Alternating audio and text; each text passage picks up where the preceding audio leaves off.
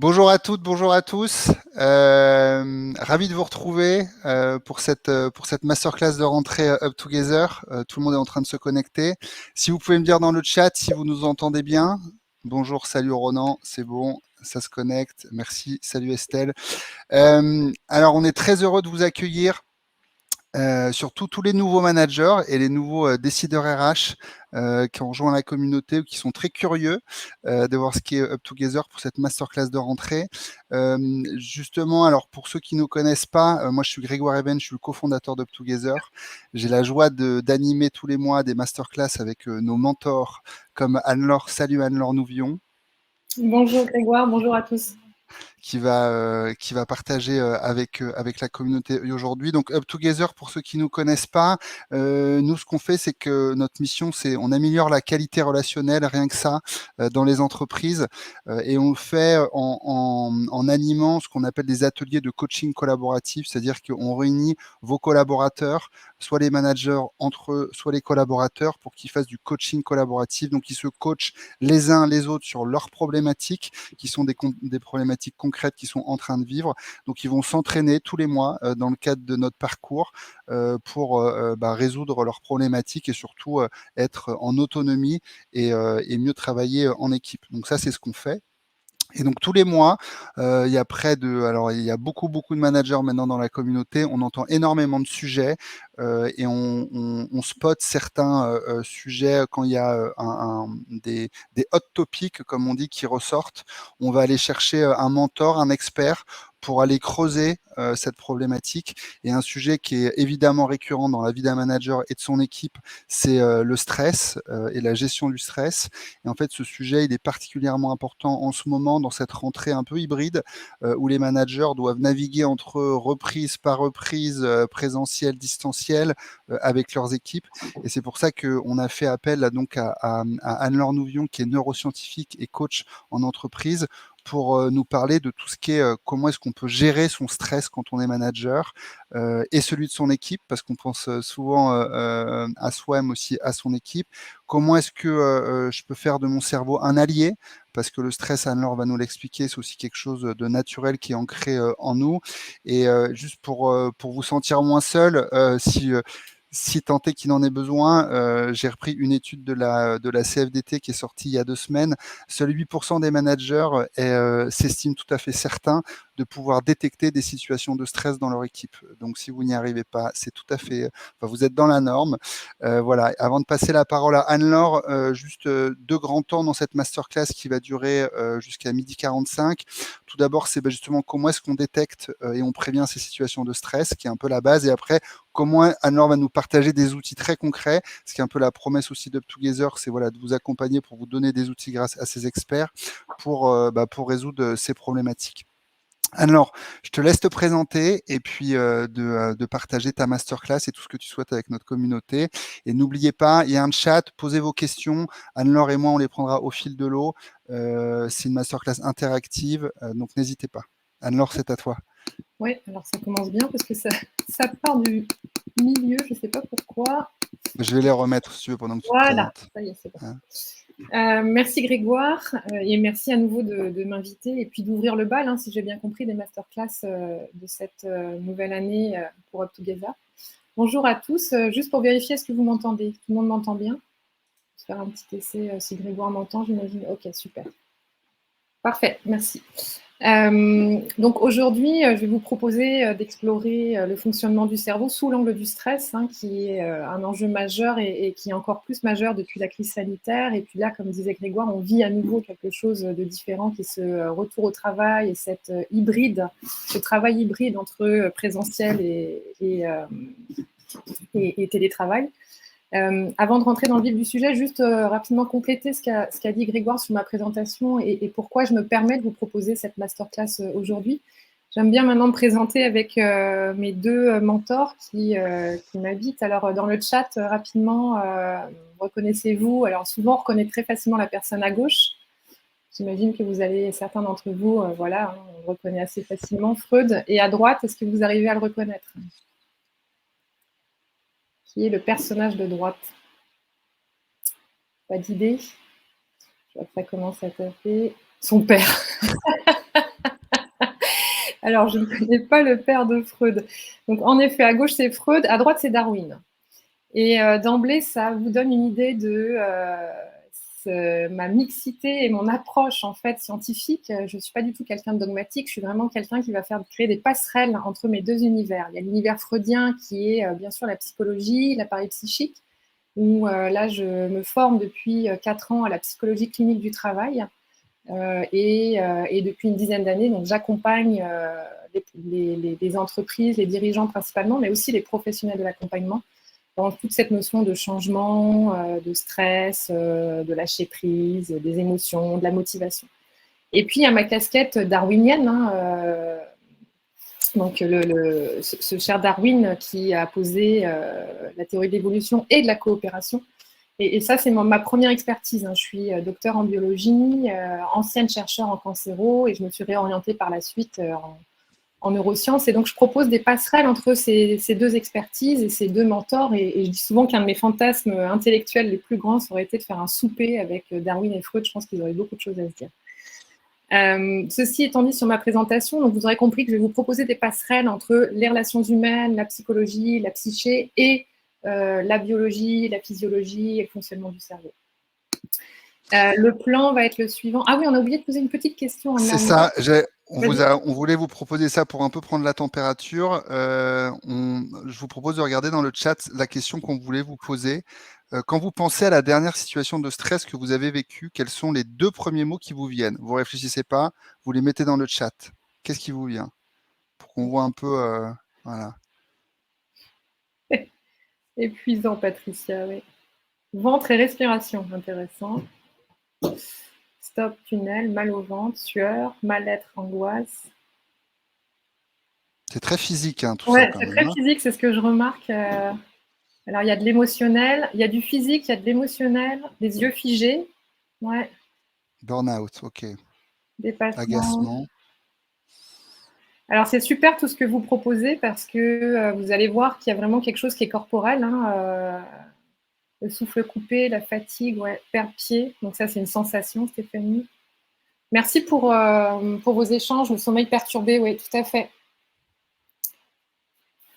C'est super ce que vous amenez parce que vous allez voir hein, que le stress passe avant tout par le corps. Alors justement, en lien avec tous vos mots-clés, le plan que je vous propose aujourd'hui et pendant tout le long de la conférence, n'hésitez pas j'ai un cerveau qui est capable à la fois de présenter, comme disait Grégoire, ma présentation et de répondre à vos questions. Donc, n'hésitez pas à poser vos questions pendant toute la présentation qui va se dérouler selon 3 parties. D'abord, on va parler de la neurobiologie du stress.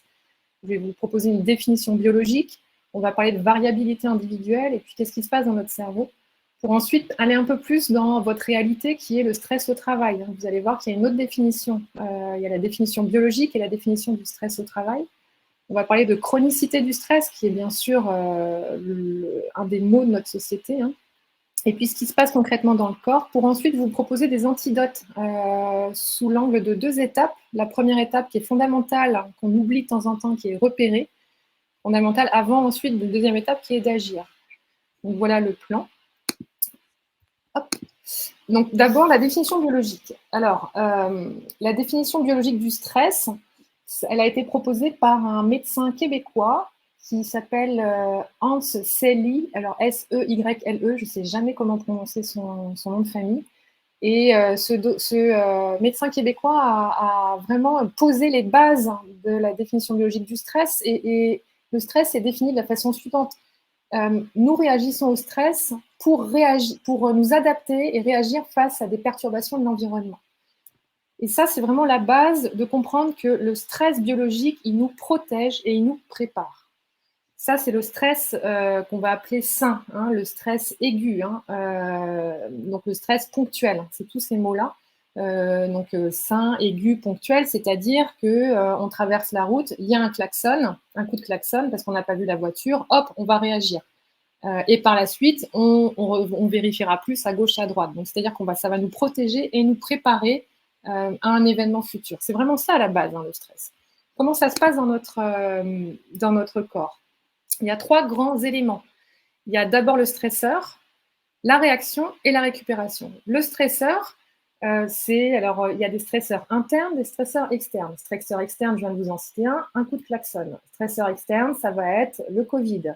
Stresseur externe, ça peut être, je vais en parler un petit peu dans la notion de valeur, hein, il y a des gens pour qui le pass sanitaire, c'est un stresseur externe. Le télétravail peut être un stresseur externe. La pression d'un manager, la surcharge de travail, tout ça, c'est des stresseurs externes.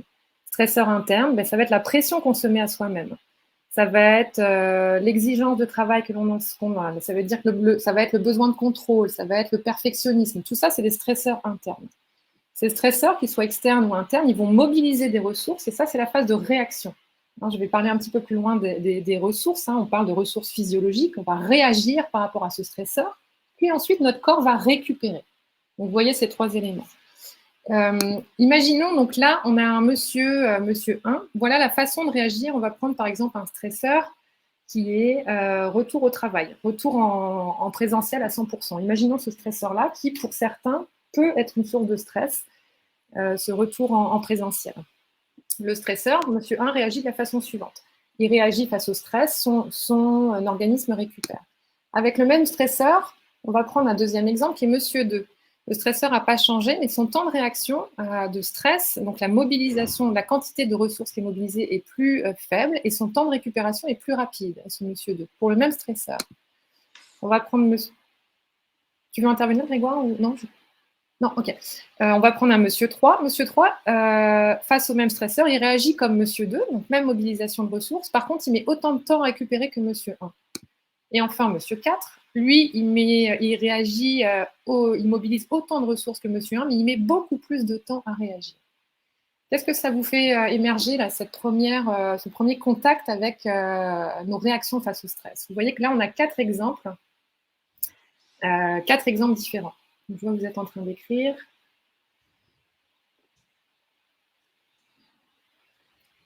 Donc, c'est exactement ça. Chaque réaction est personnelle, chacun réagit différemment. On est tous différents face au stress. C'est vraiment ça. Hein. On a des variabilités individuelles. Et pourquoi on a ces variabilités individuelles? C'est important d'en prendre conscience qu'au sein d'une équipe, pour ceux qui sont managers, vous allez avoir 10 personnes qui vont réagir de 10 façons différentes par rapport au stresseur. Ces variabilités individuelles, je les ai classées de 2 façons. Vous voyez, c'est soit selon son stresseur, soit il y a l'étape de réaction et récupération. Le stresseur, il y a le type de stresseur qui peut être différent, qui va faire qu'on va réagir différemment. Mais il y a aussi la chronicité de ce stresseur. C'est-à-dire que si le stresseur, il est là juste une fois ou 2 fois, par exemple, je pense à des entreprises que j'accompagne, les entreprises, vous savez, qui doivent fournir des jeux vidéo, où là, il va y avoir un stresseur ponctuel parce qu'elles doivent fournir le 10 juin, le jeu doit être sorti. Donc là, le mois d'avant, il y a une charge de travail, donc c'est un stresseur ponctuel. Par contre, il y a des boîtes, et donc le jeu sort, et après, il y a une relâche. Par contre, il y a des boîtes où le stresseur va être en permanence. Hein. Il y a des projets qui vont revenir en permanence, et donc il y a cette chronicité du stress qui va faire en sorte qu'on va avoir une variabilité individuelle en fonction du type de stresseur. Et bien sûr, et là j'ai vu Grégoire qui parle de son histoire, on a un cerveau qui est plus ou moins sensible et qui va faire en sorte qu'on va réagir et qu'on va récupérer différemment. Et c'est là où moi je trouve intéressant de vous amener ces clés-là sur pourquoi on a un cerveau qui est plus ou moins sensible.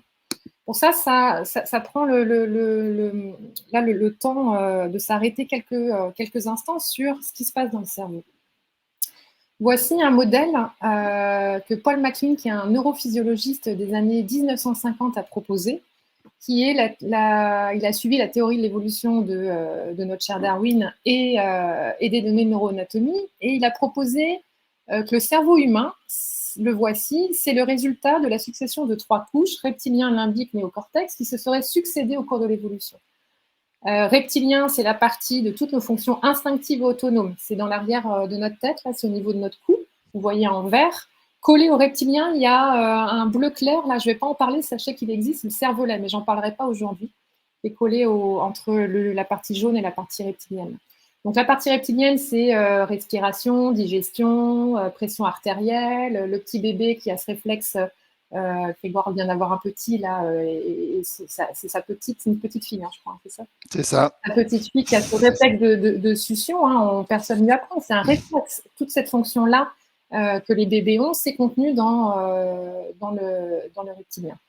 Puis, MacLean a dit par la suite, il y a eu le limbique, on voit la partie jaune, chez les mammifères, pour évoluer dans un environnement concurrentiel. Il y a une autre partie du cerveau qu'il a appelé le cerveau des émotions, expérience agréable, expérience désagréable, le cerveau des émotions chez les mammifères, pour ensuite, chez les primitifs, les hommes primitifs, enfin, plutôt avant les primates, les grands singes, les hommes primitifs et sapiens, le néocortex. Alors en réalité, ce modèle, il est caduque aujourd'hui sur ce plan-là, c'est-à-dire que c'est pas vrai qu'il y a eu reptilien, puis limbique, puis néocortex. Là où Paul MacLean, il a théorisé, mais cette théorie aujourd'hui, elle est à réajuster parce qu'en réalité, les reptiles ont du cortex. Donc c'est plus les 3 couches qui se seraient réparties en quantité et en volume différents en fonction des contraintes auxquelles l'organisme était soumis. L'autre chose qui a réajusté aussi, c'est les étages. C'est-à-dire qu'il n'y a pas une fonction. En fait, c'est un système, c'est un tout. Le limbique, ce n'est pas seulement la zone des émotions. Les chercheurs ont finalement précisé le modèle en proposant la chose suivante. Dans la partie limbique, c'est-à-dire c'est la couche qui est sous le cortex. Le cortex, ça veut dire écorce en latin. Le cortex, c'est la partie supérieure de votre cerveau, enfin du mien aussi, hein, je vous rassure, j'ai le même que le vôtre. Et quand on retire cette écorce-là, ce cortex, dessous, on trouve ce limbique qui est finalement la centrale des émotions. C'est de là d'où partent les émotions. Mais par contre, ce n'est pas de là dont elles sont régulées. Elles sont régulées au niveau du cortex orbitofrontal, c'est-à-dire au niveau du front. Là, il y a un modèle qui est très intéressant de Daniel Siegel, S-I-E-G-E-L, pour ceux que ça intéresse. Il a créé le modèle de la main. Donc, regardez ma main. Et le modèle est très intéressant et vous allez voir comment on peut s'en servir en lien avec le stress. Ici, là, c'est le reptilien, donc fonction instinctive et autonome. Ici, c'est le limbique. C'est de là dont... Vous voyez bien ma main? Grégoire, ouais, ça va. Ok, super. Ici, c'est le limbique. Donc, c'est de là d'où sont générées les émotions. Et puis, ces 4 doigts, alors c'est métaphorique, hein, on s'entend. Ces 4 doigts, c'est le cortex orbitofrontal, c'est-à-dire en avant de notre front. Et c'est lui qui va communiquer avec le limbique. Comment ça se passe? C'est qu'en réalité, il y a des autoroutes entre ces 2 parties du cerveau. Et ici, cette partie-là du cerveau, elle va détecter dans l'environnement toutes les potentielles menaces, notamment des menaces qui peuvent déclencher des réactions du stress. Hop, il va y avoir une réaction de stress. Et cette partie-là va être capable d'aller réguler, d'aller dire au cerveau, à la partie centrale des émotions, calme-toi le pompon. Et donc, c'est vraiment, en fait, cette régulation qui est permise en fonction des facteurs. Ce qui est intéressant, je vais vous donner un exemple. C'est arrivé à une amie à moi et je lui ai expliqué ce qui s'est passé avec ce modèle-là dans son cerveau. Elle me dit, je suis rentrée un soir à la maison et je rentre et là, je vois dans le salon une lumière avec un individu, mais dans le noir, qui est assis dans le fauteuil. Là, son cerveau, il fait pouf. C'est un voleur.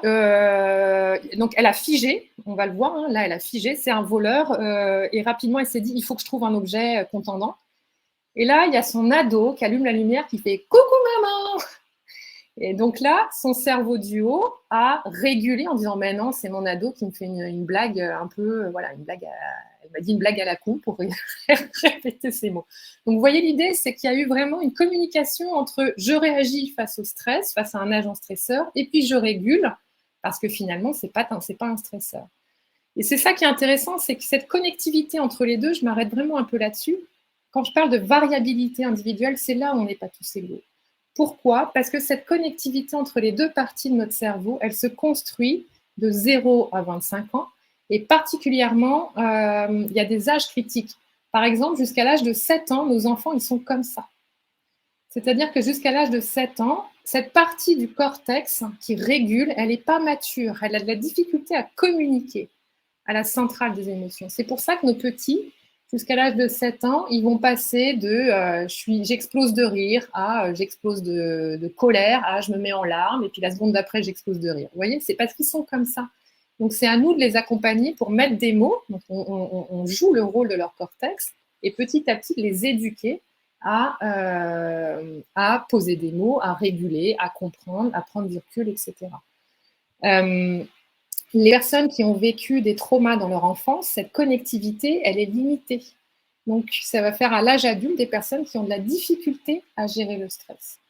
C'est vraiment ça qui est important de comprendre, c'est que, vous voyez, ce cortex-là, c'est lui qui va permettre donc de réguler, mais aussi de prendre les décisions en fonction de ce que la centrale des émotions lui amène. Quand je vous disais là tout à l'heure, cette maman qui s'est fait surprendre par son ado qui a voulu lui faire une blague, elle aurait pu prendre une décision de, je sais pas, hein, imaginons de foncer dessus, ou vous voyez, donc elle a raisonné en disant non, c'est que mon ado qui me fait une blague.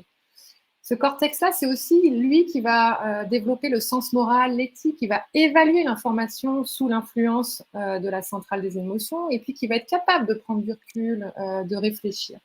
Donc, c'est souvent, là, hier soir, je donnais une conférence sur cerveau et écologie, et puis je disais, une des pistes d'action là, pour sauver notre planète, c'est d'éduquer le cortex de nos enfants. De vraiment éduquer cette capacité d'aller réguler les émotions. Parce que on a tendance à croire qu'on pose des actions raisonnées. En réalité, on pose peu d'actions raisonnées. On pose des actions qui sont souvent émotionnelles. Plus on apprend à réguler, plus on apprend à servir du cortex, plus on va être en mesure d'aller réguler nos émotions. Ça va jusqu'à maintenant? Je ne vous ai pas perdu? Vous êtes encore là? Dans le chat? Ils sont encore là. Super. Donc, c'est vraiment l'idée de comprendre, premièrement, nous ne sommes pas tous égaux face au stress, et Grégoire l'a très bien dit, parce qu'on a une histoire, on a chacun une histoire. Je ne stresse pas du tout. Tant mieux, Guillaume, je ne compte pas vous stresser. Donc, on a chacun une histoire, on a chacun cette connectivité entre les deux grandes parties de notre cerveau qui n'est pas la même. Alors, je vous rassure, hein, s'il y a des personnes parmi vous qui ont vécu une enfance difficile, hein, on a tous vécu des traumas, d'ailleurs, à des niveaux plus ou moins importants. Rien n'est figé. Hein. Cette fameuse connectivité, elle s'apprend. Hein, on peut développer ce qu'on appelle l'intelligence émotionnelle. Et je vais vous donner quelques clés. Donc maintenant, j'ai envie de vous proposer d'aller un peu plus loin dans votre réalité du monde du travail, hein, qui est de quoi on parle quand on parle de stress au travail. Alors, vous vous souvenez de la stress avant de passer cette slide, je vous fais une petite révision. C'est quoi les mots-clés pour la définition biologique du stress? Ça sert à quoi le stress? En quoi le stress nous est utile? 2 mots-clés que je vous ai proposés. Super, adaptation, protection. Ouais, voilà, ce sont les 2 mots-clés. C'est vraiment, il nous protège et il nous permet de nous adapter. Et exactement, Nathalie, préparation à l'environnement. Super. Donc, c'est vraiment ça. Hein. Les mots-clés, c'est protection et adaptation à l'environnement. Quand on est dans le monde du travail, la définition proposée par les cliniciens du travail, donc c'est une approche à laquelle je me forme en ce moment, le stress est défini de la façon suivante. C'est un écart entre les ressources d'un individu et la situation de travail. Ça veut dire quoi? La situation de travail, je vous en donne des exemples là. Une surcharge. Je suis sûre que vous avez tous connu dans votre travail, soit à titre personnel, soit à titre collectif, ce genre d'exemple. Une surcharge de travail, un objectif qui n'est pas clair, on ne sait pas trop où on s'en va. Des conflits, hein, des tensions avec des personnes. Un manque d'autonomie, c'est-à-dire un hyper-contrôle de la hiérarchie. Ou alors une absence de reconnaissance. Tout ça, c'est la situation de travail. En fonction des ressources dont dispose l'individu, plus il y a un écart entre les ressources dont dispose l'individu et ses situations de travail, plus le stress va être important. Ça, c'est la définition au travail. Mais concrètement, qu'est-ce qui se passe dans le corps quand on parle d'écart? Voilà ce qui se passe dans le corps. Quand vous avez une source de stress, donc là, c'est des stresseurs externes principalement que je vous ai cités juste avant, il y a 2 grands circuits qui vont s'activer. D'abord, regardez à gauche, l'axe 1. En quelques secondes, votre système nerveux sympathique va sécréter de l'adrénaline et de la noradrénaline. Et ces 2 molécules, c'est elles qui vont permettre de vasoconstriction des vaisseaux afin de permettre l'afflux sanguin vers les organes principaux, hein, le cœur, le poumon, le cerveau. Augmentation de la tension artérielle, accélération du rythme cardiaque, vascularisation préférentielle des muscles. Bref, vraiment, ces 2 acteurs vont permettre d'augmenter la vigilance et l'attention et donc de répondre, vous voyez, réponse physiologique en quelques secondes.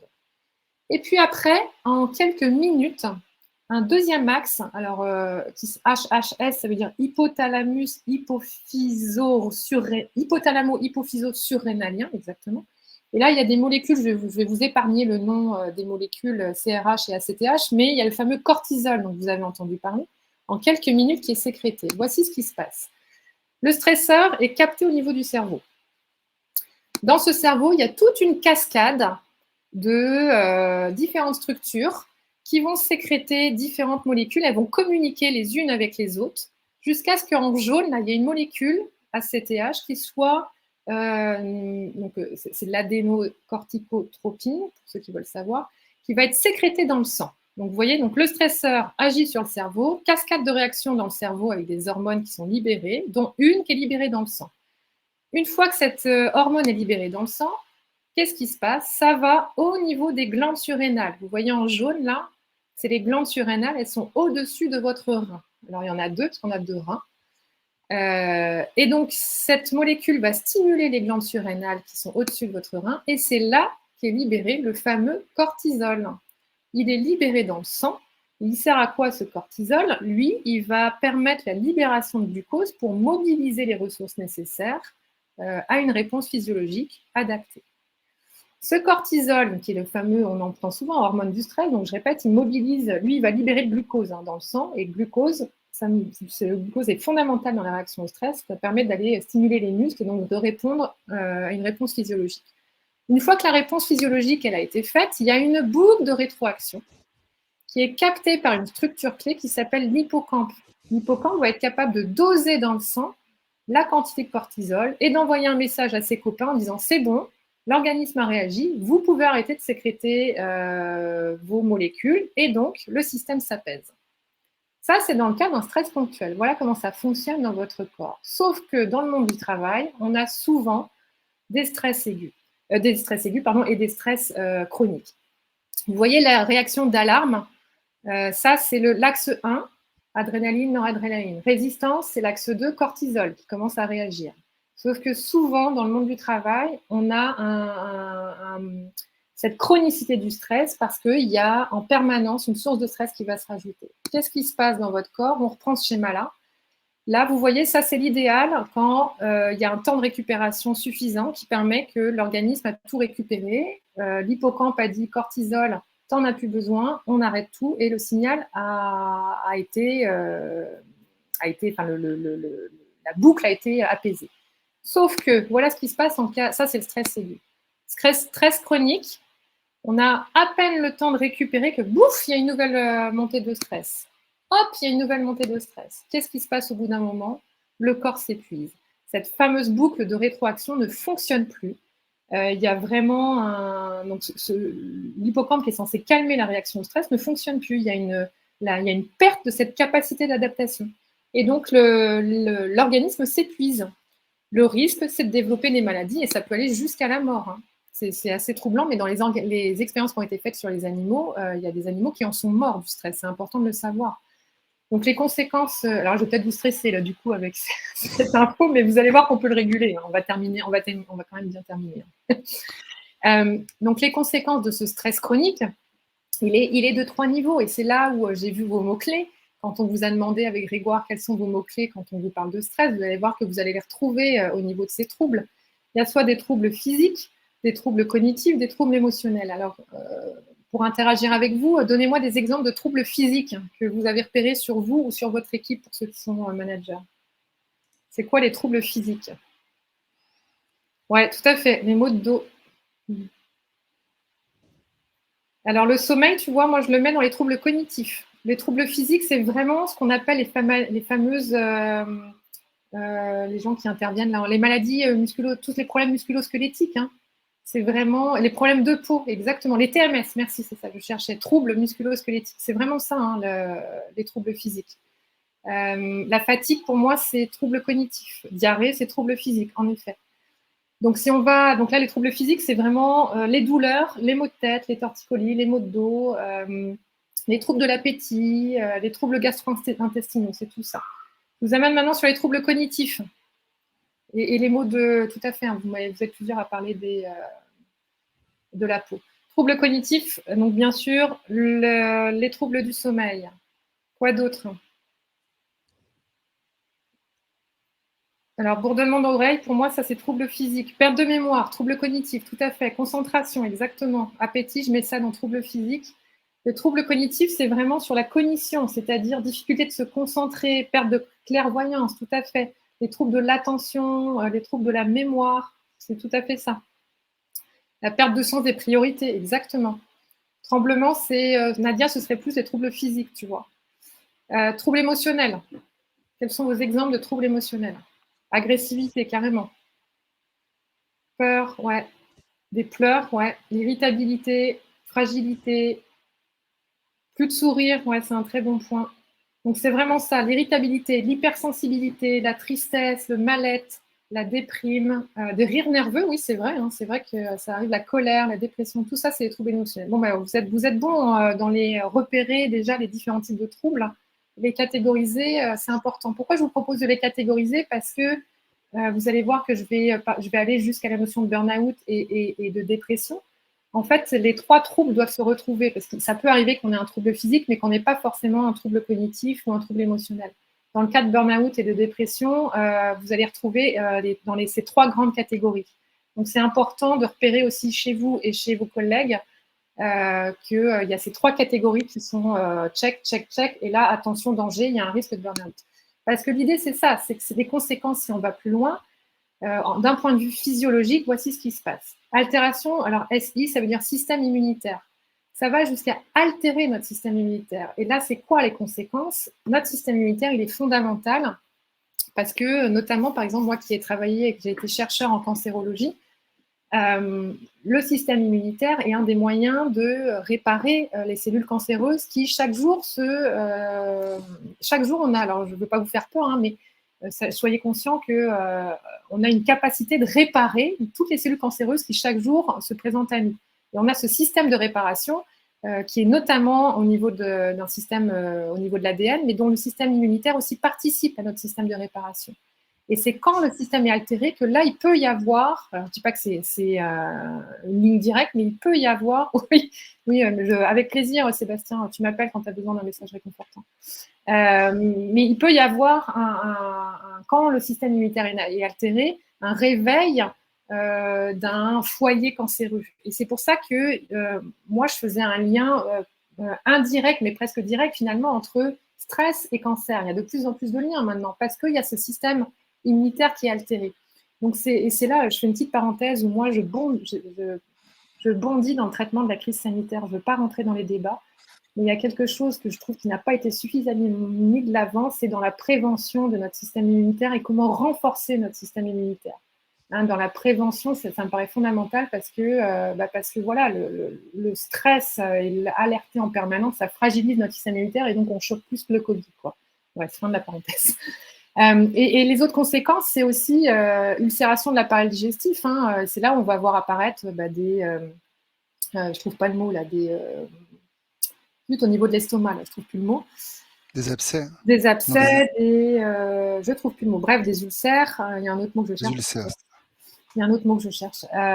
Tous les problèmes que vous avez au niveau digestif. Lésion de l'hippocampe. L'hippocampe, c'est notre structure de la mémoire. Et c'est aussi celui qui va enregistrer toute la composante factuelle et qui va gérer la quantité de cortisol. Donc, plus le stress est chronique, moins il va être capable de gérer la quantité de cortisol et plus on va avoir des troubles de mémoire. Et ça va jusqu'à détruire des neurones. Donc, c'est vraiment être conscient des conséquences du stress chronique.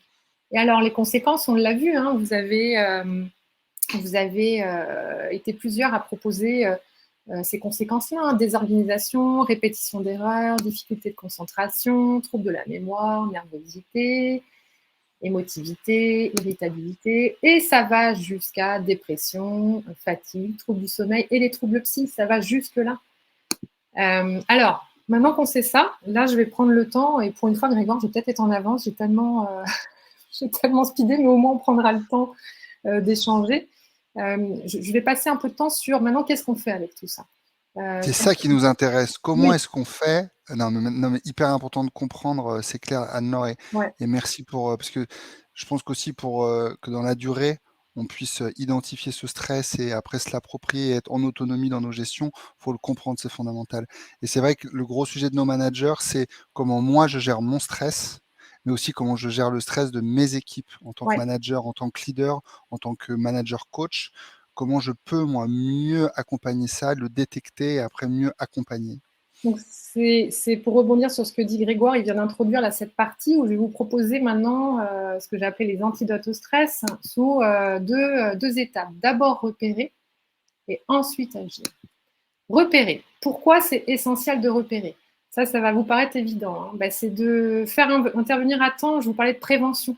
Hein, ça me paraît essentiel d'agir en amont, de faire agir les acteurs des risques psychosociaux, RPS. Dans quel but? D'éviter les burn-out et la dépression, mais aussi dans le but d'éviter la contagion, ce qu'on appelle la contagion émotionnelle. Pourquoi? Parce que je crois vraiment que au sein d'une équipe, alors le stress est, vous savez, le virus pour moi le plus contagieux, c'est la peur. La peur qui est donc le stress, c'est la partie physiologique, la peur, c'est la partie émotionnelle. C'est la différence que je propose entre stress et peur.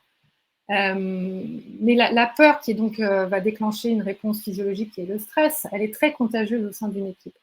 Et donc, plus on va agir en amont, plus on va éviter que ça va se contaminer au sein d'une équipe, d'un collaborateur à un autre. Et non seulement on peut éviter la contagion, mais en plus de ça, je crois que c'est essentiel au sein d'une équipe quand, par exemple, quand c'est possible, par exemple, il y a temporairement un des membres d'un collectif qui a une grosse charge de travail parce que c'est le moment de sortir la com, lui, il est responsable de la com. Peut-être qu'il y a d'autres personnes au sein de l'équipe qui peuvent prendre le relais sur certains aspects pour abaisser le stress de cette personne-là, pour éviter cette contagion. Merci Stéphanie. La notion de sens, vous allez voir à quel point c'est fondamental pour le cerveau, j'y reviens juste après. Donc éviter la contagion et donc renforcer cette cohésion d'équipe. Ça me paraît, je pense que c'est pas très... Enfin, ça paraît évident, j'imagine, pour vous tous. Comment repérer? 3 propositions. Différencier le stress ponctuel du stress répétitif, repérer les signes et connaître son propre niveau de stressabilité. On va passer à travers ces 3 propositions. D'abord, différencier le stress ponctuel de stress répétitif. Je vous invite à me donner vos exemples. Stress ponctuel, donnez-moi des exemples, et stress répétitif, donnez-moi des exemples dans votre réalité du travail. Avoir une présentation importante, ça peut être ponctuel. Passer un examen, c'est ponctuel. Une grosse deadline, c'est ponctuel. Alors le retard, ça peut être chronique chez certains. Vanessa, ponctuel, réunion, présentation, ouais. Entretien important, les livrables, tout ça, c'est des stress ponctuels. Donnez-moi des stress répétitifs. Charge trop élevée, la surcharge de mail. Alors ça, c'est... Ça, ouais, la surcharge de mail, c'est une réalité. Les demandes mal organisées d'un N+1, tout à fait. Donc, toute cette surcharge de travail par manque continu de personnel. Oui, alors ça, en effet, quand il y a... Et d'ailleurs, en ce moment, je coach des dirigeants et ils sont en pénurie de main-d'œuvre. Et ça, c'est un stress répétitif. Manque d'organisation, tout devient une urgence en permanence. Tout ça, c'est chronique, en effet. Ouais, super. Donc, vous avez des bons exemples à la fois de stress ponctuel et stress répétitif. Ça a l'air clair pour vous, la différence. Un manque de communication dans l'équipe, tout ça, ouais. Ne pas se sentir capable, ça va être un stress chronique interne, Sam. Tout à fait. Ouais. Hop. Donc ça, je pense que c'est assez clair pour vous. Maintenant, deuxième, donc on sait différencier le stress ponctuel du stress répétitif. Quels sont les signes? Alors, pour ça, j'ai un petit bug avec mon ordi. Ça va, vous voyez toujours la présentation? Okay. Oui, nickel. Super. Les signes, on a commencé à en parler. Souvenez-vous, c'est l'idée d'avoir les trois catégories. Troubles physiques, troubles cognitifs, troubles émotionnels. Là, j'en ai proposé quelques-uns. L'absentéisme, l'irritabilité. Alors, l'addiction, j'en ai peu parlé, mais c'est une réalité en entreprise. Il y a différents types d'addiction. L'agressivité, les douleurs physiques, tout ça, c'est des signes. Qu'est-ce qui se passe dans le cerveau? Alors, chocolat. Oui. Ouais. Moi, j'ai une question sur l'addiction parce qu'on voit aussi qu'il y a pas mal dans les ateliers, une addiction au travail, justement, quand on est particulièrement stressé, où en fait, il y a cette tendance à vouloir surdélivrer pour un peu compenser ce stress et on rentre un peu dans pas vraiment la machine s'emballe, quoi. Est-ce que l'addiction, parce qu'on pense tout de suite à la cigarette et à l'alcool, mais il y a d'autres addictions? Oui, tout à fait. Alors, pour être honnête avec toi, je ne suis pas une spécialiste des addictions. Si ça vous intéresse, je pourrais vous référer à une collègue qui est spécialiste. Par contre, d'un point de vue fonctionnement du cerveau, oui, alors l'addiction, c'est vraiment quelque chose de très particulier dans le fonctionnement du cerveau. Par contre, bien sûr que le travail peut devenir une addiction, mais généralement, c'est plus une stratégie. C'est plus une stratégie de fuite, généralement. Tu vois, là, on parle voilà, de présentéisme pour compenser. Ça, c'est plus une stratégie qu'une addiction d'un point de vue neurologique. Les addictions dont je parle, ça va être bien sûr alcool, nicotine, mais aussi, c'est peu connu, mais c'est une réalité, les anxiolytiques. Il y a aussi des addictions aux opiacés en organisation. Hein, c'est vraiment, voilà, il y a cette réalité neurologique. Alors, je vois Angélique qui parle, bien sûr, le mécanisme de la récompense. Angélique, si tu le connais, c'est le mécanisme qui va venir impacter l'addiction. En fait, c'est justement l'idée, c'est quoi la récompense? C'est pour ça que je parle de stratégie. Souvent, quand on va travailler plus, c'est parce qu'en fait, on veut absolument être bien vu de son patron. Et donc, la stratégie qu'on va utiliser, ça va être à travers le travail. Et la reconnaître. Et donc, pour obtenir cette récompense. C'est vraiment c'est complexe, en fait, les sujets de l'addiction. Ok, non, merci. Je ne sais pas si j'ai répondu. Et les jeux, oui, tout à fait, Adeline. Les réseaux sociaux, tout ça, les réseaux sociaux en organisation, ça vient déclencher les mécanismes d'addiction et ce fameux système de la récompense. Le téléphone, c'est un enjeu aussi majeur en organisation. Hein. Je vois des managers qui sont dans l'obligation petit à petit d'imposer des normes parce qu'il y a une addiction à je clique, je regarde sur toutes les notifications de mon téléphone et donc je suis déconcentrée de ma tâche. Ouais, donc, ça, les addictions, on pourrait faire un webinaire à part entière là-dessus, c'est passionnant. Donc, si je reviens à comment notre cerveau réagit par rapport au stress et donc comment on peut repérer, on est vraiment dans cette étape de repérer. Notre cerveau, lui, il va soit aller dans l'action, soit aller dans l'inhibition. Action, c'est la fuite ou le combat. C'est pour ça que je parlais c'est prudent de déterminer les stratégies. Il peut y avoir des stratégies de fuite. C'est une réaction face au stress. Donc, comment ça se manifeste en organisation? La fuite, hein, on va l'observer par, alors pas seulement des démissions, ça peut être aussi un absentéisme. Hein. L'absentéisme, c'est une façon de fuir face au stress. Le combat, ça va être les conflits relationnels, l'agressivité. L'inhibition, on va soit se figer, c'est-à-dire que d'un seul coup, alors c'est ça, c'est qu'il y a un changement, hein, parce qu'il y a des personnalités agressives, si elles sont tout le temps comme ça voilà, c'est qu'il y a une histoire de vie. Mais là, ce que je vous propose, là, c'est repérer qu'il y a un changement de comportement dans la personne. C'est-à-dire qu'une personne, quand on regarde inertie, c'est une personne, par exemple, qui était très active, qui prenait la parole, qui proposait, et puis d'un seul coup, on sent que c'est une personne qui fonctionne un peu comme un robot. Hein, là, ça peut être une réaction, ou qui se renferme, exactement. Ça peut être une réaction d'inhibition face au stress et c'est la façon dont son cerveau fonctionne. Et la soumission aussi. Hein. Alors, comment on les détecte? Ça, c'est d'un point de vue physiologique. C'est là où je vais faire le lien avec certains mots-clés que vous avez utilisés quand on vous a posé la question en amont avec Grégoire. Respiration rapide, regard fuyant. Hein, et à nouveau, c'est un avant, un après. Hein, il y a des personnalités qui ont le regard fuyant, donc c'est pas forcément un signe de stress. Par contre, si c'est une personnalité qui avant vous regardez en face, qui avait des propos assumés, puis d'un seul coup qui utilise oui peut-être, qui baisse la tête, ça peut être un signe. À l'inverse, hein, des regards appuyés, quelqu'un qui d'un seul coup se met en posture droite et qui argumente sans cesse, là, ça peut être une attitude de je suis dans cette attitude d'agressivité et de combat. Et je vous parlais là du pilotage automatique, hein, des personnes qui, jusqu'à maintenant, elles étaient voilà, un peu acteurs des projets, et puis là, elles sont en mode pilotage automatique. Alors ça, je suis sûre que vous le voyez, où une personne, on sent qu'elle n'est plus là. Quoi. Je parle de perte de contact avec son corps, on a envie de faire ça par moment pour qu'elle allume. Hein. Ça peut être aussi un signe. Donc c'est important d'avoir voilà, en fond de lecture ces signes-là. Ah non, je rebondis, tellement compliqué de repérer tout ça en visio. En fait, tellement dur. Alors, oui, c'est un très bon point que tu amènes. La partie détecter le stress a été, comment dire, je trouve pas le mot là, mais a été beaucoup plus limité dans les capacités détectées à cause de la visio. Et d'ailleurs, certains employés se sont cachés derrière le télétravail pour ne pas montrer leur stress. Ouais, ça c'est un enjeu majeur.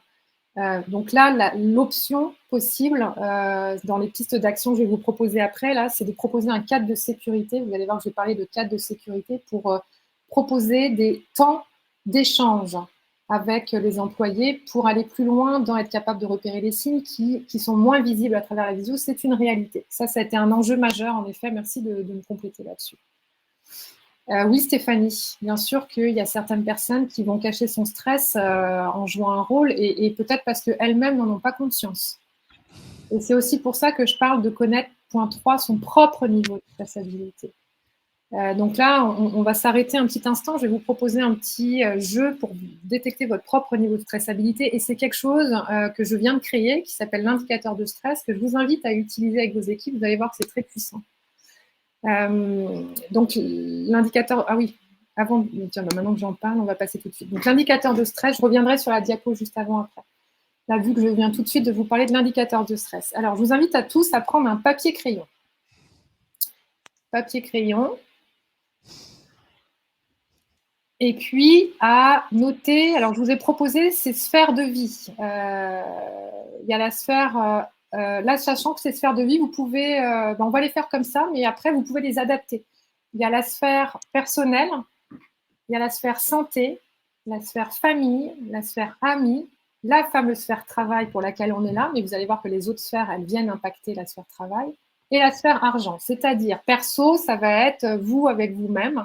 Comment vous vous sentez en ce moment, vous, avec vous-même? Santé, c'est quoi votre rapport à votre santé, à votre famille, à vos amis, à votre travail, à l'argent? Vous allez faire une première ligne qui est votre niveau de satisfaction dans chaque sphère. Sur 1 à 10, dans ma sphère personnelle, je suis plutôt satisfaite. Donc, je vais mettre un 8 dans ma sphère santé, etc. Donc, commencez d'abord par ça. Votre niveau de satisfaction dans chaque sphère, 0 étant faible, 10 étant élevé. Je vous invite tous à faire ça.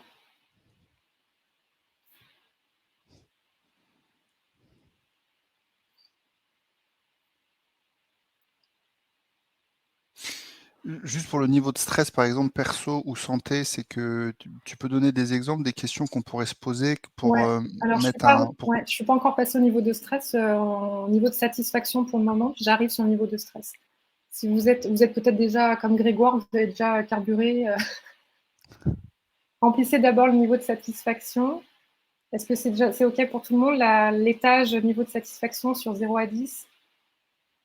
Alors, le personnel, Sam, ça va être toi avec toi-même. Comment tu te sens en ce moment, toi avec toi-même, dans ton corps, dans ton esprit tu vois, c'est vraiment ça. Est-ce que tu te sens satisfait de façon générale tu vois, dans tes sphères relationnelles. Alors, le personnel, c'est vraiment intime avec soi. Est-ce que c'est clair ou c'est pas clair, Sam? C'est pas très clair. Hein. Si, c'est OK, super. Santé, famille, amis, travail. Maintenant, vous avez fait le niveau de satisfaction. Je vous invite, et c'est là où Grégoire me proposait, à faire le niveau de stress. Donc, on a un chiffre pour le niveau de satisfaction, on va avoir un chiffre pour le niveau de stress. C'est quoi votre niveau de stress dans la sphère personnelle, la sphère santé, la sphère famille, etc. C'est-à-dire, c'est de la perception. On est vraiment dans la perception de moi, ma santé en ce moment, elle me stresse parce que j'ai toujours une douleur en bas à gauche et puis j'ai de la difficulté je ne sais pas ce que ça me stresse. Donc, je vais mettre un niveau, c'est plutôt élevé, je vais mettre un 8 sur 10. Dans ma sphère famille, en ce moment, tout va super bien. Mon petit, il vient de rentrer à l'école, puis en fait, ça s'est super bien passé. Donc, je ne suis pas trop spécialement stressée, je vais mettre un 2. Dans ma sphère amie, là, j'ai un ami qui ne va pas bien en ce moment, ça me stresse pour lui. Dans ma sphère travail, etc. C'est clair, là, comment évaluer? Yes. Donc, je vous invite à évaluer votre niveau de stress à nouveau dans chaque sphère. Toujours 10 étant élevé, 0 étant faible. Et ensuite, je vous invite à calculer votre indicateur. Pour ça, vous allez soustraire le niveau de satisfaction, donc je vous fais faire un peu de maths, le niveau de satisfaction à votre niveau de stress. C'est-à-dire, par exemple, vous allez avoir, vous voyez, dans le niveau de satisfaction, j'ai 8, niveau de stress, j'ai 2, ça fait 6. Donc, vous allez avoir des chiffres négatifs, des chiffres positifs et des zéros. Donc, niveau de satisfaction moins niveau de stress, ça vous donne votre indicateur de stress pour chaque sphère. C'est clair? J'attends que tout le monde l'ait fait. T'as déjà fait, Grégoire? Yes. Ça Ouais. me stressait de ne pas être dans les temps.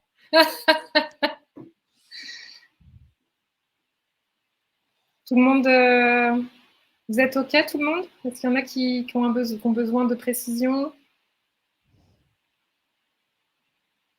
OK. OK. Et alors maintenant, super, vous êtes tous OK. Maintenant, voici comment analyser les résultats. Ce que je vous propose, c'est que tous les indicateurs qui sont supérieurs à 0, c'est vos sphères de ressources. C'est-à-dire que c'est là où vous allez pouvoir vous ressourcer, vous allez pouvoir reprendre de l'énergie. Les indicateurs qui sont égaux à 0, c'est vos points de vigilance.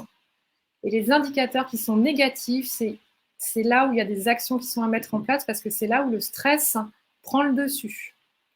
Donc ça va vous donner un indicateur sur les sphères de ressources, celles où il y a des points de vigilance et celles où il y a des actions à mettre en place. D'après vous, pourquoi je vous fais travailler sur les autres sphères que celles du travail? Et comment c'est un... Oui, c'est ça. Pourquoi je vous fais travailler déjà? Première question. Pourquoi je vous propose d'explorer les autres sphères que celles du travail? Ben oui, tout est lié. Exactement.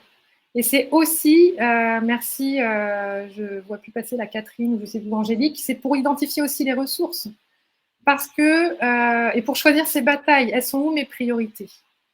Moi, par exemple, bon là j'ai mis un exemple qui n'est pas du tout le mien, là c'est un exemple d'une personne, là, qui, les chiffres là, où en ce moment dans sa famille, elle a un enjeu majeur, et donc sa source de stress, elle sait que c'est pas là qu'elle va pouvoir se ressourcer. Par contre, elle s'éclate dans son travail en ce moment. Donc vous voyez, elle a là dans les indicateurs, elle a un 7 dans le travail. Donc c'est comment je peux prendre ce qu'il y a à prendre dans le travail pour ensuite, quand je vais être confrontée au stress en lien avec ma famille, je vais pouvoir être un peu plus disponible parce que, souvenez-vous, il faut une disponibilité des ressources. Et donc, le danger, et moi je l'ai vécu à titre personnel, vous voyez toutes ces sphères-là, là, moi, à un moment donné dans ma vie, elles étaient toutes à -8, sauf la sphère amie qui était à +8. Toutes les autres, elles sont descendues. Et bien, qu'est-ce qui s'est passé? Je suis rentrée en dépression majeure. Donc, c'est vraiment des points de vigilance. Je vous invite vraiment, c'est un indicateur qui est... j'ai un doute, là, l'indicateur, c'est sati, stress ou stress. Moi, je l'appelle l'indicateur de stress. Non, c'est le calcul. C'est satisfaction moins stress. Oui, c'est satisfaction moins stress. Oui, Claire. C'est satisfaction moins stress. Et ça, toi, Anne-Laure, tu l'as déjà expérimenté en équipe, c'est-à-dire que en tant que manager, on peut dire à son équipe, je vous invite, tu vois, enfin, c'est quoi le conseil que tu donnes Ouais. à notre communauté Alors, pour vis-à-vis de leur équipe? je vais être totalement transparente avec vous. C'est un outil qui se développe depuis 2 ans et il vient d'être finalisé la semaine dernière. Donc, je ne l'ai jamais utilisé tel quel encore. Vous êtes les premiers à qui je le transmets parce que c'est 2 ans de modélisation. Et donc, je viens de le transférer à l'instant là, auprès de vous. Donc, je ne l'ai jamais encore testé en équipe. Par contre, je me vois très bien le faire. Là, j'ai un coaching de dirigeant cette semaine et je pense que je vais lui proposer à lui dans un premier temps. Et alors, je serais intéressée d'échanger avec vous. Hein. Merci, Vanessa, j'envoie des bravos. Et donc, l'idée, c'est bien sûr, Nathalie, l'idée, c'est de utiliser-le avec vos équipes. Moi, je trouverais ça intéressant de le faire peut-être soit lors d'un entretien, je ne sais pas si c'est possible, hein, je brainstorm avec vous parce que je ne l'ai jamais testé encore en équipe, mais soit en équipe, en réunion de travail, au moment où vous prenez le temps, par exemple, lors des séminaires, un séminaire annuel, ça peut être intéressant d'utiliser. Ou alors, pourquoi pas, quand vous faites vos rencontres avec vos employés. Qu'est-ce que vous en pensez, vous? Je vois qu'il y a des merci, donc j'imagine que ça peut être intéressant. En entretien pro, ouais, Elsa. Ouais. Ça peut être en one-to-one aussi, ouais. Vous voyez, je pense que c'est vraiment un outil... Ouais. Alors, ça, c'est une bonne question, Estelle. Quand ça met... Moi, je l'ai créé aussi parce que mon expérience de cette expérience personnelle que je partage maintenant, alors pour quelqu'un qui enseigne la gestion du stress, d'avoir fait une dépression majeure, des fois, je me dis je suis un peu imposteur, mais en fait, pas tant que ça. C'est justement parce que je l'ai vécu jusqu'au bout et que toutes mes sphères ont explosé. En fait, l'idée, c'est d'aller dans la prévention. Moi, quand j'étais à -8 partout, en fait, en gros, c'est trop tard, malheureusement. C'est que là, il faut aller éteindre le feu. Donc, j'ai été en arrêt, j'ai été même hospitalisée. Enfin, voilà, c'était trop tard. L'idée, là, moi, ce que je souhaite, c'est pourquoi j'appelle ça indicateur, c'est d'aller dans la prévention. C'est que généralement, ce n'est pas toutes les sphères qui sont négatives. Il y en a peut-être 2, voire 3. Donc, c'est comment, alors vous êtes des managers, c'est comment vous pouvez accompagner la personne à aller, parce que s'il y a une sphère de santé ou de famille qui est négative, ça ne vous regarde pas quelque part. Par contre, et là je vais faire le point avec quelqu'un qui dit comment faire quand quelqu'un est dans le déni, on peut rarement être dans le déni quand il y a des chiffres. C'est vraiment le visuel, et vous allez voir que c'est mes pistes d'action, le visuel, c'est un des outils majeurs pour lever les dénis. On peut être dans le déni avec le verbal, parce que c'est pas écrit, c'est pas concret. Là, vous allez dans le concret, donc là, vous êtes en train de monter un chiffre devant la personne. Donc après, c'est comment l'accompagner. Si c'est dans la sphère du travail, ça fait partie de votre responsabilité de l'accompagner à diminuer son stress. Et donc là, ça peut être soit un... En fait, là, tout est contextuel. Ça peut être un arrêt de travail, ou ça peut être proposer un coaching, ou ça peut être de redistribuer les compétences. Voilà, c'est tout ça. Hein.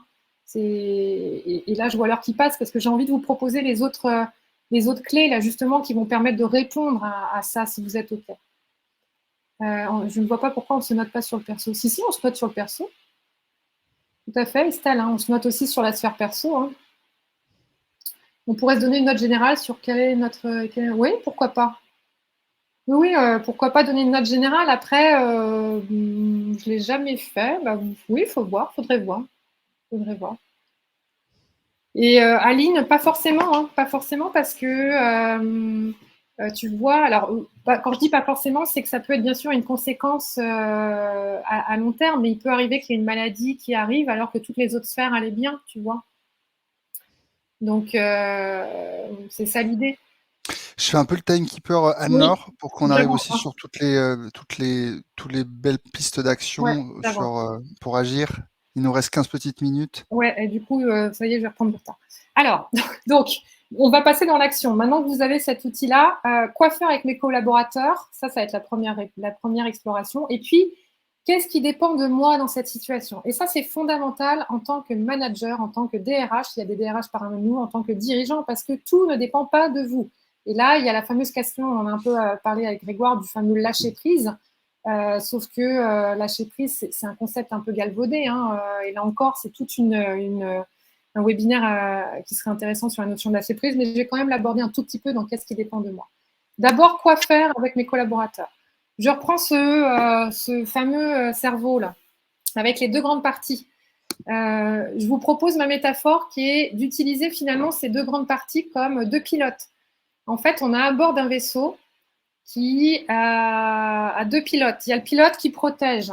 Hein. Lui, il a besoin de sécurité. C'est lui qui va générer les émotions. Souvenez-vous, c'est cette partie-là. Lui, il capte dans l'environnement les infos, il génère les émotions, donc il vous protège. Il a besoin de sécurité.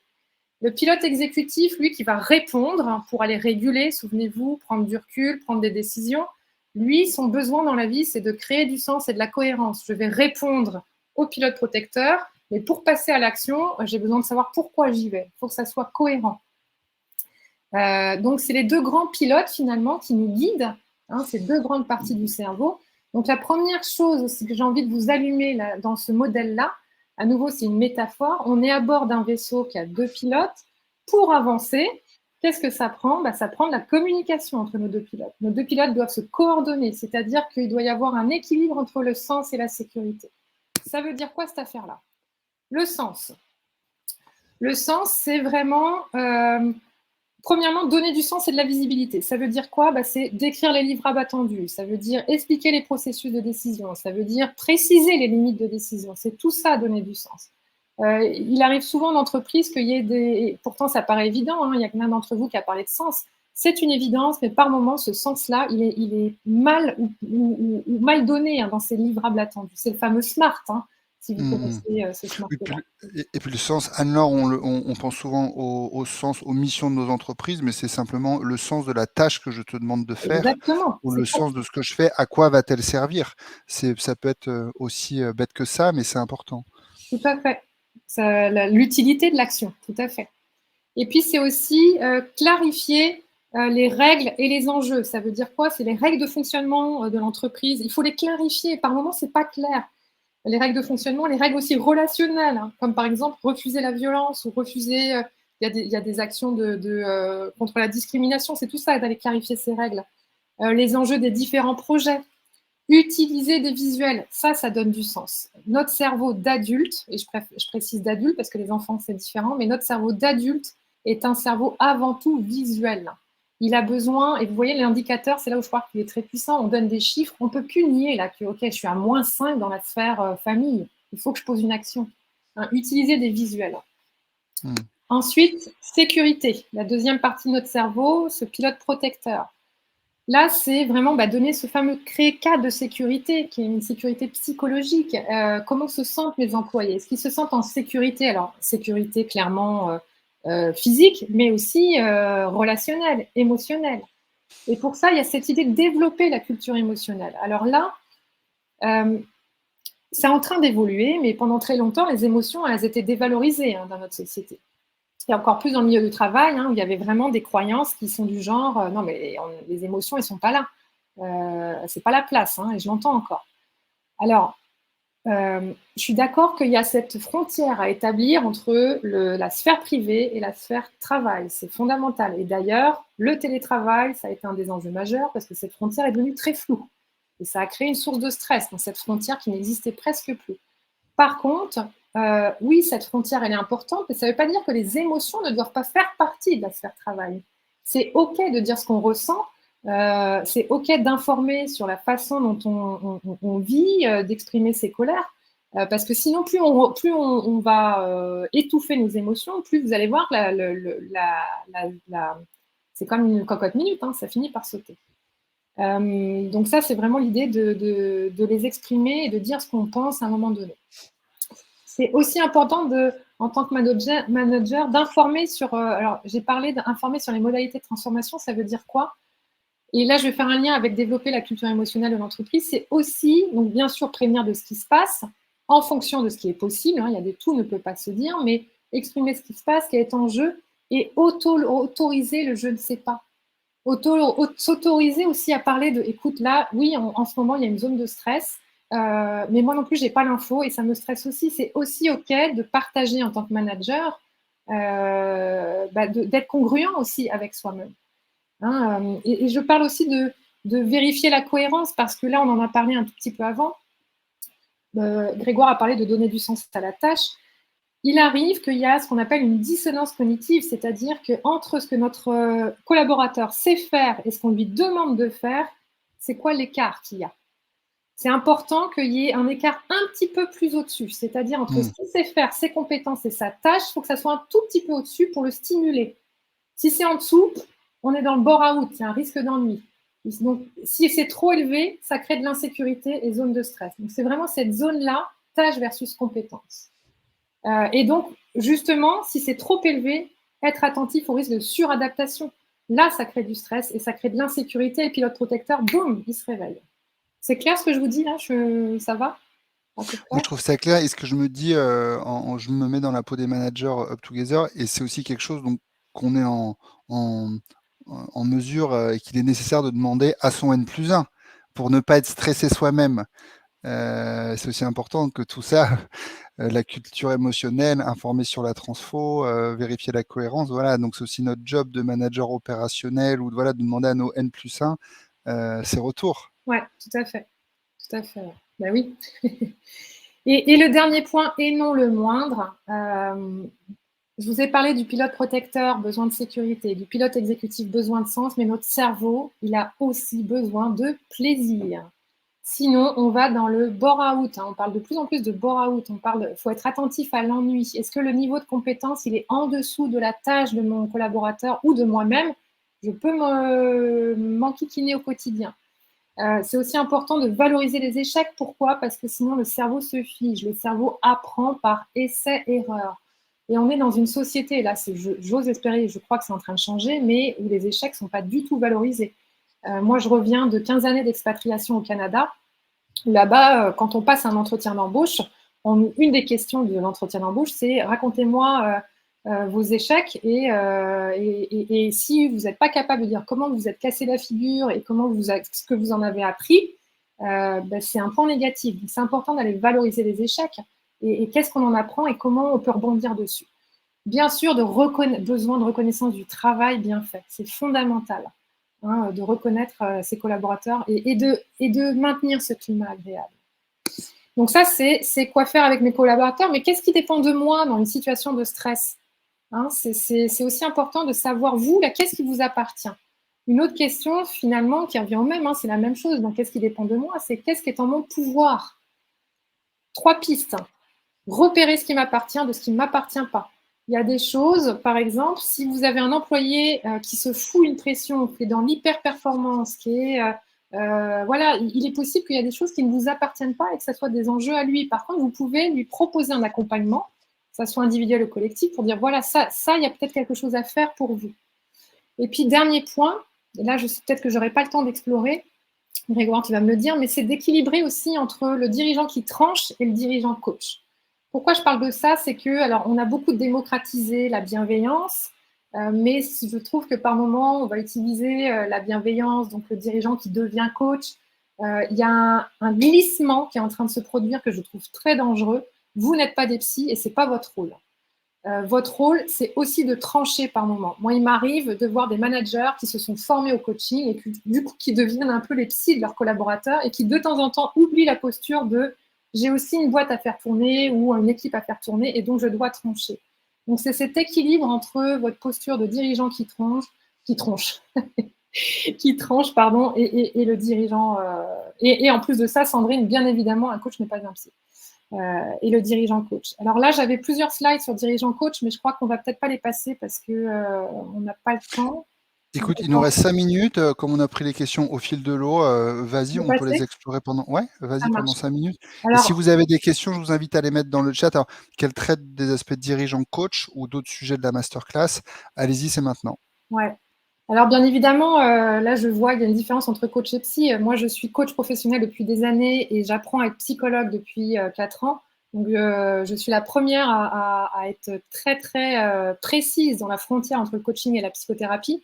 Mais justement, parce qu'il y a une frontière qui, par moment, peut être mince, certains dirigeants, ils basculent. Et donc, c'est ça qui est... il y a vraiment un glissement. Je l'observe en entreprise, celui-ci.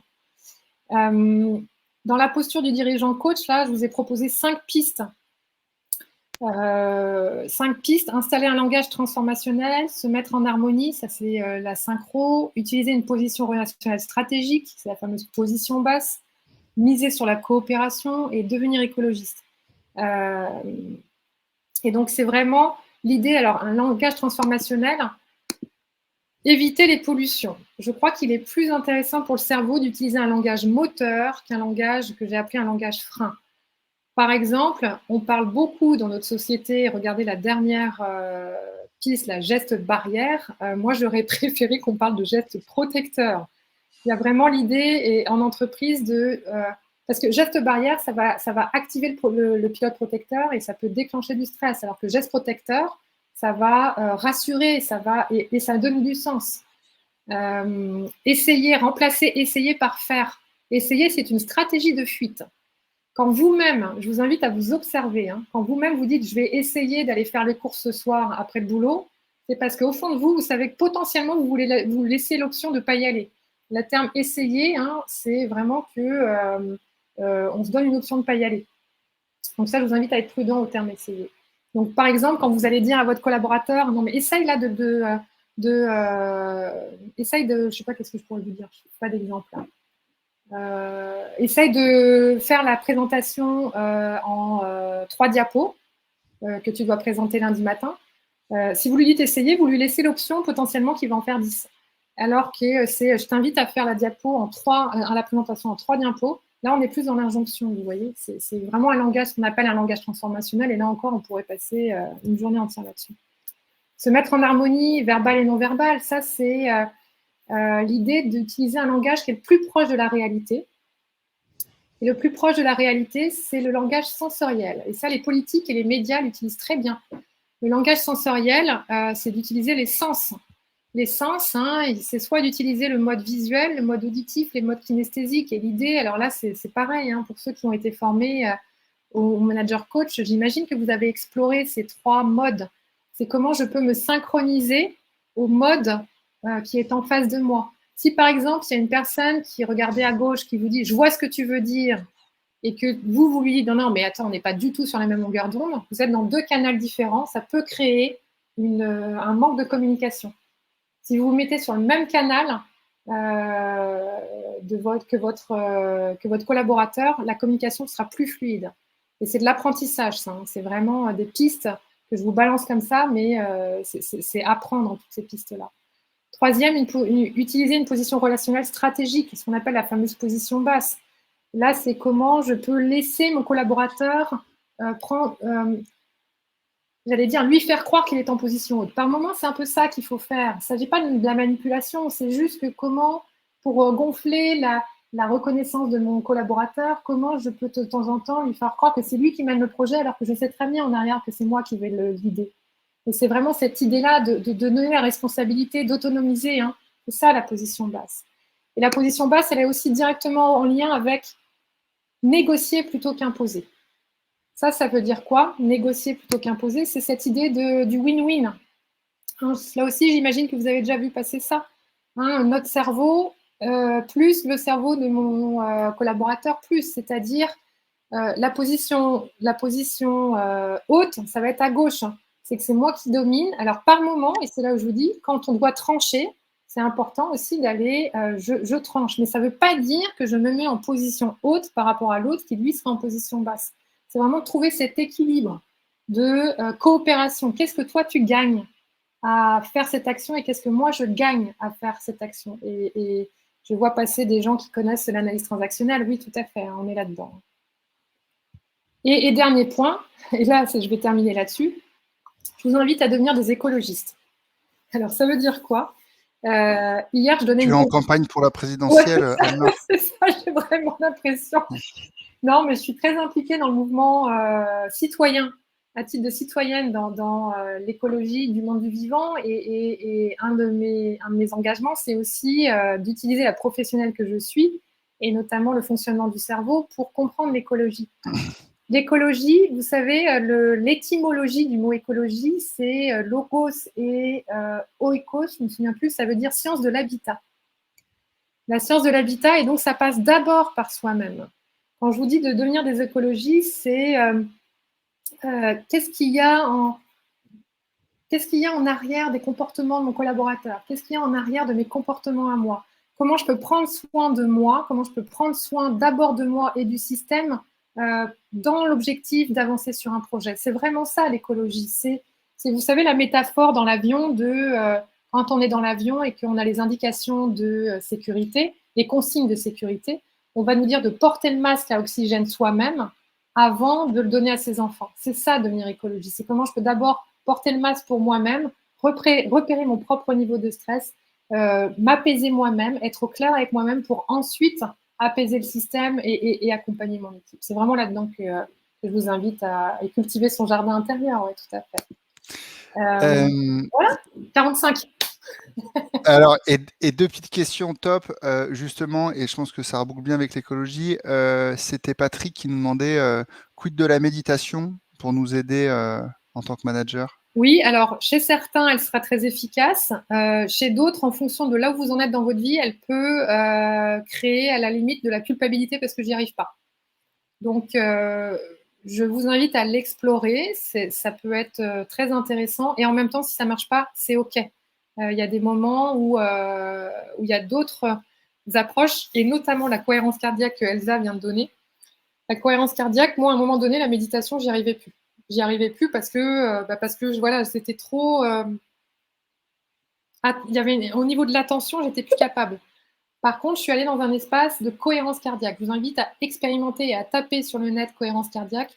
Ça, moi, ça m'a énormément aidé pour aller réguler mon stress, et notamment quand j'ai fait cette dépression majeure, ça m'a énormément aidé. Ouais, tout à fait. Super intéressant. Juste avant de prendre une dernière question, je vous ai mis dans le sondage pour ceux qui souhaitent être invités à la prochaine masterclass, justement qui est sur la CNV et comment faire des feedbacks constructifs. N'hésitez pas à répondre oui ou non, c'est dans l'onglet sondage. Anne-Laure, merci beaucoup pour cette masterclass et d'avoir partagé ton expérience perso, parce que jamais évident aussi de partager par où tu es passé. Donc je trouve ça très chouette de ce partage, donc merci. Et il y avait une dernière question de Estelle, me semble-t-il, qui nous demandait, on a beaucoup parlé du cadre de sécurité. Alors, on a fait une masterclass l'année dernière sur ça avec Marion Lambert, vraiment comment je crée un cadre de sécurité. Mais toi, c'est quoi tes conseils pour créer ce cadre sécuritaire, notamment dans ce monde atomisé où on est en télétravail à la maison Ouais. Est-ce que tu as des tips? Le cadre de sécurité, je le mets beaucoup en lien avec les valeurs. Qu'est-ce qui est important pour moi et qu'est-ce qui est important pour mon équipe? Le cadre de sécurité, ça va être de vérifier la congruence entre les actions que je pose et ce qui est important pour moi. Je vais vous donner un exemple. Je vous parlais du pass sanitaire. J'ai rencontré un employé qui, ses valeurs et donc son cadre de sécurité a sauté. Ce qui était important pour lui, alors là, je ne veux surtout pas ouvrir le débat, mais juste pour illustrer cet exemple, c'est une personne qui était contre le vaccin, contre le pass sanitaire, parce que ça allait à l'encontre d'une de ses valeurs profondes, qui était la liberté de son corps et la liberté de soi.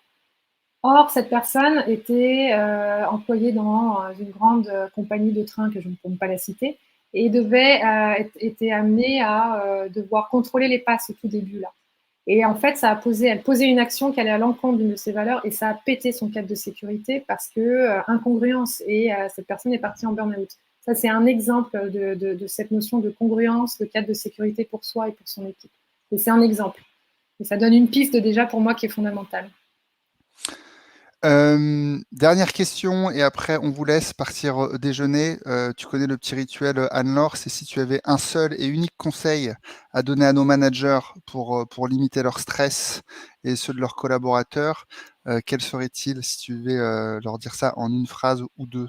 Alors, en ce moment, parce que voilà, il y a un an, je pense que je n'ai pas donné ce conseil-là, mais aujourd'hui, j'aurais envie de dire prenez du plaisir. Top. N'oubliez pas de prendre du plaisir. Génial. Eh ben, super belle conclusion. Merci à toutes, merci à tous. C'était trop chouette de repartir en cette rentrée avec vous tous, de tous vous avoir vus. Eh ben, donc, on dit pas bon courage, mais alors, qu'est-ce qu'il faudrait dire? Je suis dans un langage positif. Belle rencontre, bonne Bonne journée, rencontre, bonne continuation, tout ça. et puis kiffez bien alors, si c'est ça, et prenez beaucoup de plaisir. Salut à tous. Au Bye revoir. bye tout le monde.